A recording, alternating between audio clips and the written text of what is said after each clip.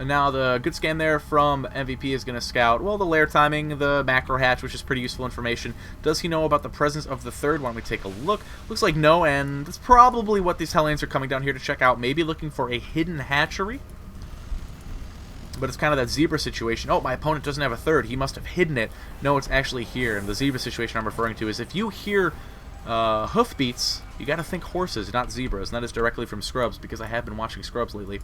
So if your opponent doesn't have a third yet, and you haven't checked his third position, it's probably at the third.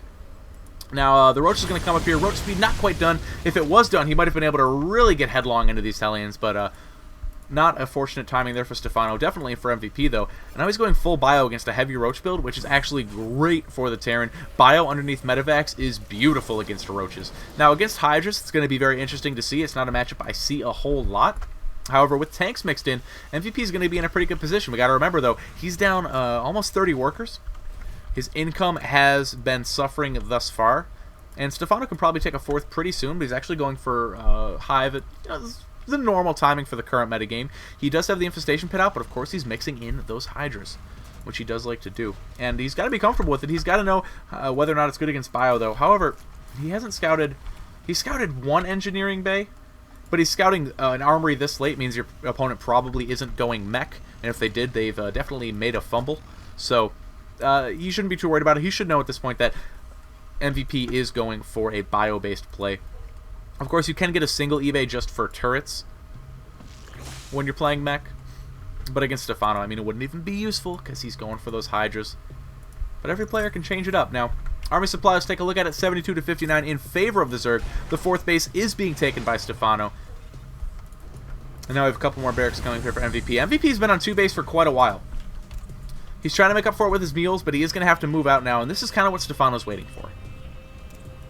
The tank count is at 5. They do have siege, but 5 is not an... it's not a scary tank count. It's a respectable tank count. But when you have this many Roaches, you're going to be in pretty good shape. Now, MVP didn't start producing Medivacs for a while, so he's not going to have a lot of energy. Only 2 Medivacs in the air now. They have just spawned. They don't have a lot of healing energy. He didn't get that Caduceus reactor. It's a rookie mistake, and you hate to see it. I'm joking, of course. And now Stephano sees the third base. He's going to be moving in.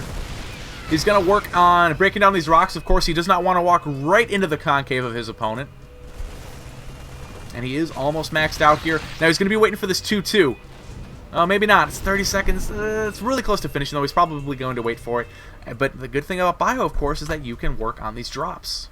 And MVP will be coming around the south side. Stephano's not going to be able to do the contain that he once was able to do on Ohana. Meanwhile, Stephano going for his trademark Ultralisks. If we can find the Ultralisk Cavern, looks like it's tucked nice and neatly behind the evolution chambers there. Stephano's overload placement is going to spot that drop, but of course, you know, this is stuff he has to worry about now. He's going to be like, oh, there's drops on the field. Well, maybe I can't extend my army as far as I thought. Well, the 5th base is going to be taken over here on the left. MVP is coming down south with another drop. Or, I guess this would be west. Northwest. It'll soon be going south. Hydra's going to be coming over here to intercept it. This could be going south in a whole new way. If he's able to get on top of it, all he needs to do is a couple starter steps. Yeah, I think this, Medivac, good reaction time there from MVP. Very, very good. Drop here will be able to deny this base, and he is going to just pull away. All the while massing up and getting his upgrades. He is on 1-1, 2-2, about to finish for him as well. It is done for Stephano. We got level 3 on the way, and he's actually just now starting Ling speed. A little late, but it's not the craziest thing because you're going for a Roach composition. Roach Hydra, don't need the Ling speed, not particularly useful, but as a Zerg, you really do want to remax on those Lings.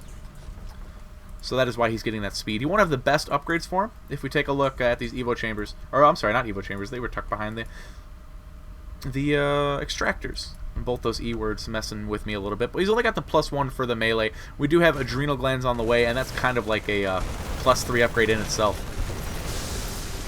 Stephano is still beating MVP in the army supply. Or, well, in the regular supply. Right now, MVP has taken the lead. 1-0 on the tanks. 2-2 now on the bio. Stephano's 3-3 is about halfway done there.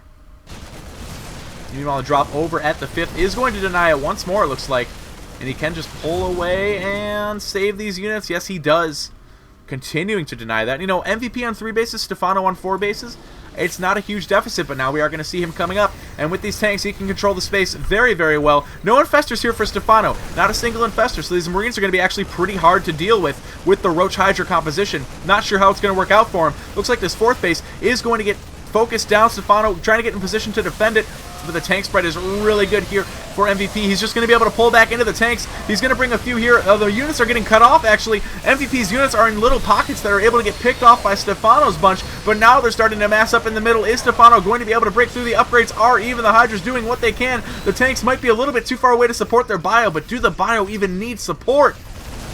They're doing incredible damage. Right now, the Zerg behind in the units lost by about 1,400, and that is going to continue to grow as he exchanges with this bio. Very scary. No concussive shells here for MVP, so he's not going to be able to chase down those Hydras, but we have 10 Ultralists about to pop out of Stephano's eggs, and actually, how many of them are in these eggs? Luckily for Stephano, none of them, so they won't get taken out. Those would be expensive losses. This fifth base going to get dropped again. This time it is going to finish, and it looks like MVP will not be able to deny it. And the engagement in the center is going to continue. MVP might be pushing a little bit far here, though. His tanks are unsieged. These Lings are going to get a full surround. They do have adrenal glands, and they are going to start getting hurt. Actually, it doesn't have +1 on the Lings. I could have sworn that evolution chamber said, would you like to start the +2 upgrade? Requires Zerg melee attacks level 1. Oh, a different one is upgrading it. Okay, that makes sense. Anyway, the drop up here, very nicely done there by MVP. My army's going to die. I'm just going to pick it up, come over here, kill your hatch, and leave. And, of course, that's one of the benefits of going against an Ultralist-based composition with no infestors. Your drop's going to be able to do whatever they want. And now, looks like he's going to pull all the SCVs. All this is beautiful here by MVP. What he's going to be able to hold position, those SCVs, or even attack into the Ultras, and they won't be able to get on top of the bio. This is the best place for him to engage, right on top of this planetary fortress, but is it going to be enough for the Terran player? Is he going to be able to hold the planetary? Is going to go down. Oh, Stephano is rolling in here with these Ultralists, and he's got another bunch of Lings ready to come in here and do some damage. A single tank somehow rolling along alive on the other side of the map. He's not going to be able to come over here and help the rest of his brothers, and could that mean that MVP is going to lose this battle and the game and the series? That's game, set, match there. Stephano taking it 2-0 in the Iron Squid 2. Thanks so much for watching, guys. Hope you enjoyed the series. Please make sure to follow me here on YouTube. Subscribe to the channel, would really appreciate it, and follow me on twitch.tv/word5. I'll see you